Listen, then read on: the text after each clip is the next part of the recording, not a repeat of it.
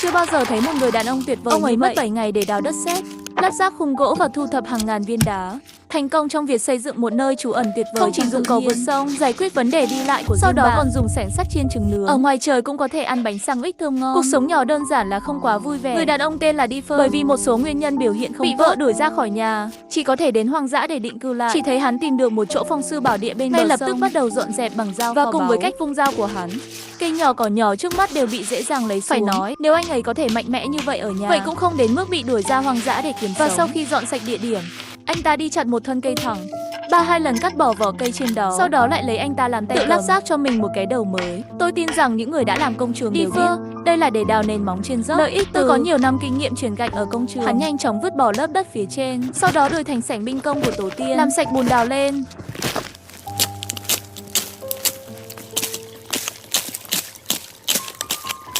Là một vị vua có kinh nghiệm, các cạnh của dốc phải được sửa bằng xẻng, đảm bảo nền móng khai quật đủ vuông. Và sau khi làm điều này, Differ lại tìm trong rừng, đặc biệt chọn một số anh em cây trẻ và mạnh mẽ. Sau khi thương lượng với họ bằng rìu, sau đó đặt chúng trực tiếp xuống.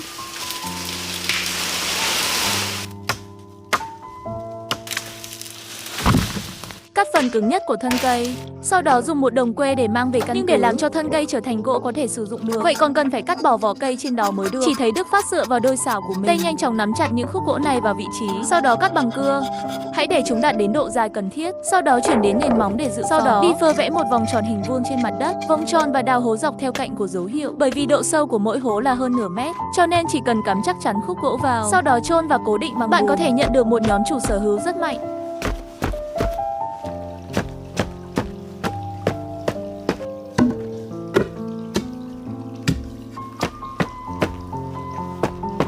Vì lý do ổn định, phía trên cột còn phải đục một rãnh nữa để kết nối bằng gỗ. Cấu trúc măng rất cơ bản này có thể làm cho kết nối của gỗ chặt chẽ hơn.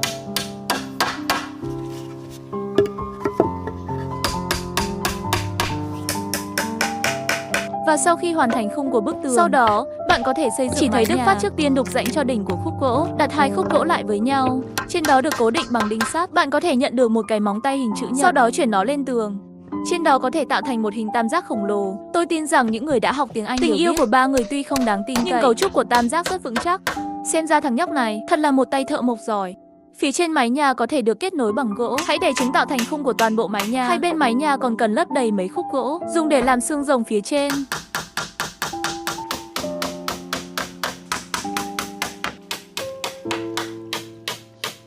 Xem xét cổng sẽ là mặt tiền của toàn bộ nơi trú ẩn. Vì vậy, Differ đã thiết kế đặc biệt cho anh ta. Đầu tiên, thêm 2 rầm giữa cột và mái nhà. Sau đó đến gần đó chọn một cái áo ngực. Rễ của ngực có dây đen riêng, vừa vặn có thể dùng để thiết kế hình dạng cho cửa. Chỉ thấy anh ta cắt bỏ chướng ngại vật trước, làm sạch vỏ cây trên bề mặt. Sau đó kết nối lại hai thân cây với nhau, nhận được một khung xương cá. Chỉ cần cài đặt nó trên cột ở cửa.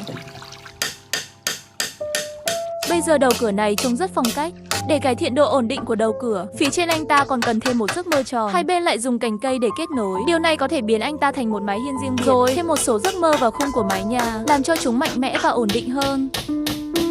Sau khi xong việc, Differ có thể bắt đầu xây tường. Chỉ thấy hắn đến bờ sông chọn lựa trước, thu thập cho mình một đống đá lớn, kiểm tra trực quan trọng lượng của những viên đá này không quá 200 kg. Bởi vì vượt quá anh ta thì không chuyển được. Sau đó lấy một ít đất sét từ bên cạnh, thêm một lượng nước sống thích hợp vào đó. Sau đó sử dụng phương pháp làm mì của tổ tiên. Bạn có thể nhận được một lô vữa 11 măng hoang dã. Sau đó chỉ cần bôi một lớp dày trên mặt đất, bạn có thể trực tiếp xây tường trên đó. Là một vận động viên chặt củi truyền đơn 3 thế hệ. Tôi tưởng Differ chỉ là thợ mộc giỏi hơn, không ngờ anh ta làm thợ nề cũng là nắm tay. Với một chút 2 đặt 3 gõ của anh ấy, ngay cả những viên đá có hình dạng kỳ lạ cũng có thể bị hắn làm ra vừa phẳng vừa thẳng tường.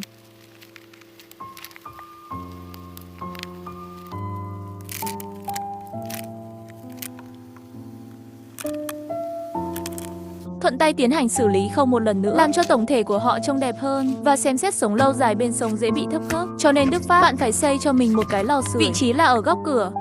Đầu tiên dùng bùn và đá dựng lên hai bên tường thành, sau đó uốn cong cành cây bị mắc kẹt ở giữa hai bức tường, sau đó kết nối chúng bằng cành cây. Có được một khung hình cong, miễn là có khuôn khổ hỗ trợ này, bạn có thể tiếp tục xây tường phía trên cho đến khi lò sưởi được đậy nắp thành công. Phủ một lớp bùn lên bên ngoài lò sưởi. Điều này có thể làm cho hình dạng tròn hơn. Đối với hành tây, một số Differ đã chọn xây dựng nó ở trên cùng, hay dùng đá và bùn để chất thành đống. Cấu trúc thẳng lên và xuống này có thể có hiệu ứng xả khói tốt hơn.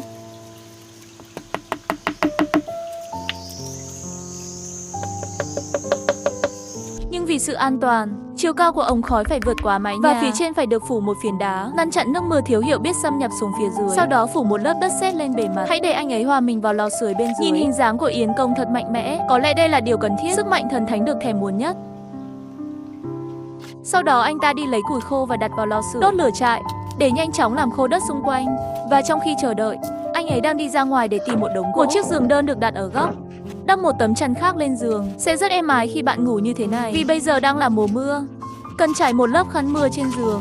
Chỉ bằng cách này Diva mới có đủ cảm giác an toàn.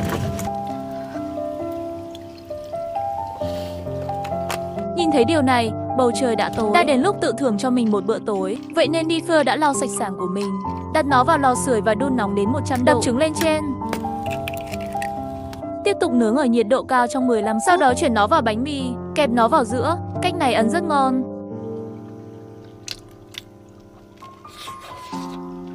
Đợi cho đến khi bạn đã ăn và nằm trên giường và ngủ ngon lành suốt đêm. Và đợi đến sáng hôm sau, anh đi nhặt một mẻ gỗ tươi, dùng để tiếp tục thi công mái nhà. Đầu tiên sửa 2 trong số chúng trên sườn núi, được sử dụng làm kin. Sau khi hoàn thành, chỉ cần điền nó với các bản ghi còn lại. Chỉ cần lấy kích thước chính xác của chúng. Điều này sẽ đảm bảo rằng sẽ không có tin tức nào bị rò rỉ ra ngoài đây.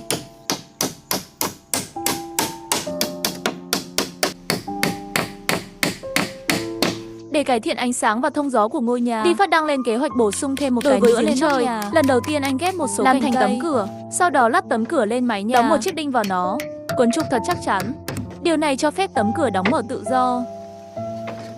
Sau đó bạn phải trải một lớp áo mưa lên mái nhà. Chỉ cần cố định nó bằng đinh, nó có thể cách ly hoàn toàn sự xâm nhập của nước mưa. Vẫn cần phải tạo một khoảng trống cho giếng trời để anh ấy có thể mở và đóng bình thường. Phía trên tấm vải mưa được quấn bằng khúc gỗ, ngăn chặn anh ta bỏ nhà đi lúc nửa đêm. Và đợi cho đến khi vấn đề chống thấm được giải quyết, đã đến lúc làm vật liệu. Trước tiên hãy lấy một đống đất sét từ bên cạnh, thêm nước sông và khuấy thành bùn. Sau đó ném nó lên mái nhà, áp dụng qua lại bằng cả hai tay. Và với động tác mở và đóng của Diva, ban đầu có một số bùn thô, nó sẽ sớm trở nên rất ngoan ngoãn và êm ái. Chỉ cần dựa vào nghề này, ai sẽ lại nói rằng bùn không thể đỡ được bức tường. Diva phải là người đầu tiên bày tỏ sự không hài lòng. Sau khi lợp mái, mái hiên cũng cần được sơn một lớp sơn, ngăn chặn nhiệt bí mật thoát ra từ đây. Và có tính đến, mái đất sét nguyên chất dễ bị lũ cuốn trôi. Vì vậy Diva lại đến đồng cỏ gần đó, đã thu thập một đống cỏ từ đây. Nghe nói loại cỏ hoang này rất đắt, có 1 kg cho mỗi 1 kg. Diva thu về hàng trăm kg trong một lần. Và sau khi đưa tất cả về căn cứ, sau đó rải lên mái nhà.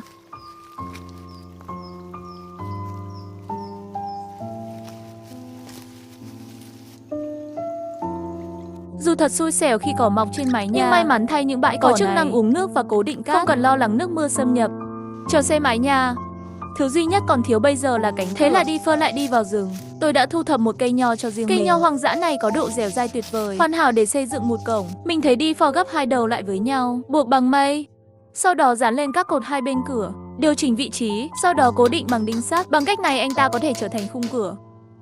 Khe hở giữa khung cửa và mái có thể được niêm phong bằng nhật ký. Đối với những khoảng trống còn lại xung quanh, nó cần phải được chất đống bằng đá. Vẫn là công thức quen thuộc, chỉ cần lau một lần, đặt 2 lần. Điều này sẽ cho phép khung cửa hòa hợp với các bức tường đá xung quanh.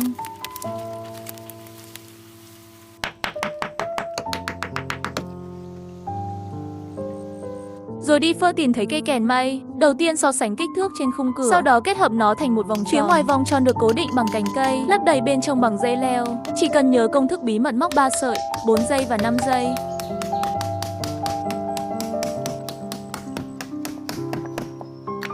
Bạn có thể làm một tấm cửa tròn kín gió, chỉ cần gắn nó vào khung cửa. Sau đó, bạn phải đóng 2 chiếc đinh vào cột, được sử dụng để hỗ trợ cho các tấm cửa. Bằng cách này anh ta có thể mở và đóng một cách tự do. Và đợi cho đến khi bước này ngay cả khi toàn bộ nơi trú ẩn được hoàn thành, Diva sau đó đã tắm rửa sạch sẽ để loại bỏ sự mệt mỏi trên toàn cơ thể. Khi xong việc, anh ta thắp một ngọn đèn treo trên cửa trước, thắp sáng đường về nhà. Về bữa tối hôm nay, Diva sẽ ăn thứ gì đó đơn giản. Nướng một ít bánh mì trên lửa than, ghép nó với một tách trà nóng không có lá trà. Nó có vị đúng như thế này.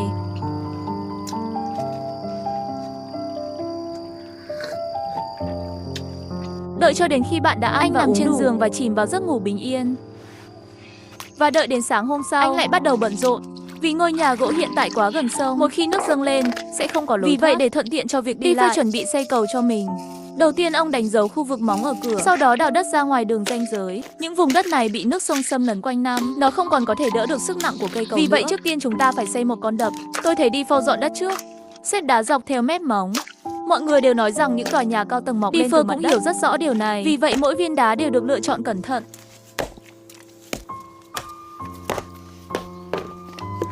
Nếu cần thiết, hãy sử dụng đá để hỗ trợ, đảm bảo rằng chúng có thể được tích hợp chặt chẽ hơn. Nền móng bây giờ trông chắc chắn hơn nhiều, không cần lo bị lũ cuốn trôi. Sau đó đi Phương mượn một ít đất từ bên cạnh, lấp đầy khoảng trống giữa kè và móng. Sau đó dùng xẻng đánh tới lui, để chúng có thể hòa quyện thành một cách hoàn hảo. Đối với tài liệu Cambridge, Default vẫn phải lên núi tìm kiếm. Anh đặc biệt chọn vài chiếc áo nịt ngực dày ngang bắp tay, dùng diều để hạ gục chúng trực tiếp. Còn tại sao không chọn loại dày hơn? Anh không thể di chuyển nó vì nó quá dày. Vẫn là công thức quen thuộc. Đầu tiên dùng dao bóc vỏ cây, cắt chúng theo đúng kích cỡ. Sau đó đào rãnh cho một số trong số chúng, lắp ráp chúng. Là một vài chiếc đinh gỗ đơn giản.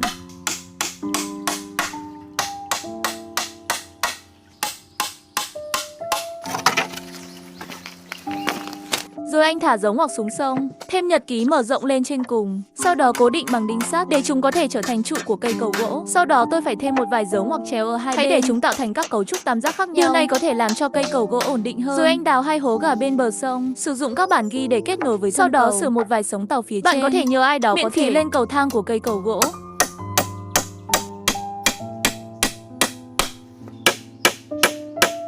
Và đợi nó hoàn thành, Default tìm thấy một loạt chi nhánh, cắt chúng có cùng chiều dài. Sau đó nó được đặt trên thân cầu để làm mặt cầu.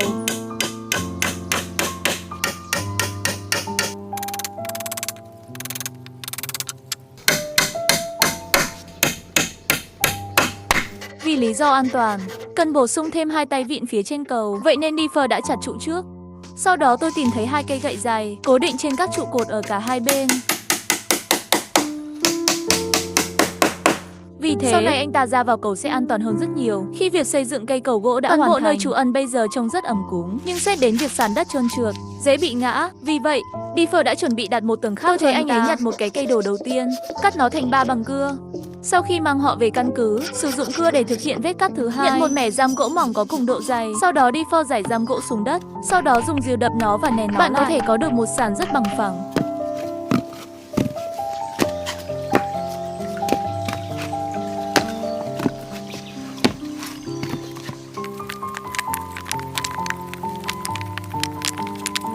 Khu vực trong nhà cũng được lát bằng giam gỗ. Bằng cách này ngay cả khi trời mưa, sẽ không có vết bẩn nào trên chân anh ấy.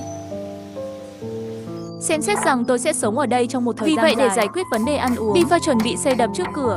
Thật thuận tiện cho bạn khi bắt cá bất cứ lúc nào. Đầu tiên tôi thấy anh ấy đang tập hợp một vài khúc làm hàng rào đơn giản. Sau đó gõ vài cây cột ở hạ lưu sông, đặt hàng rào trên cột, sửa bằng đinh sắt. Sau đó xếp đá dọc theo chân hàng rào, từ từ bắn tung tóe lên một bức tường. Sau khi hoàn thành, sau đó phủ một lớp đất sét lên bên ngoài bức tường. Sau đó họ có thể ngăn dòng chảy của dòng sông. Sau đó bạn chỉ cần đợi nửa ngày, một khối bê tông 11 măng nhỏ sẽ được hình thành ở. Phải nói, anh chàng này thực sự đã mất 2 trong 3 bộ quần áo của mình. Anh ấy thực sự có cách. Và khi bầu trời dần tối lại, Default cũng nhanh chóng đốt lò sưởi, bắt đầu làm bữa tối của riêng bạn. Tôi thấy anh ấy đặt một phiến đá vào lò sưởi, sau đó đặt xúc xích bạn mang lên trên. Chỉ cần nướng nó trên lửa than trong 1 giờ. Sau đó anh ấy có thể bắt đầu thưởng thức bữa tối của mình. Khi các cơ sở vật chất hỗ trợ tại nhà ngày càng hoàn thiện, cuộc sống hoang dã này thực sự ngày càng hứa hẹn hơn.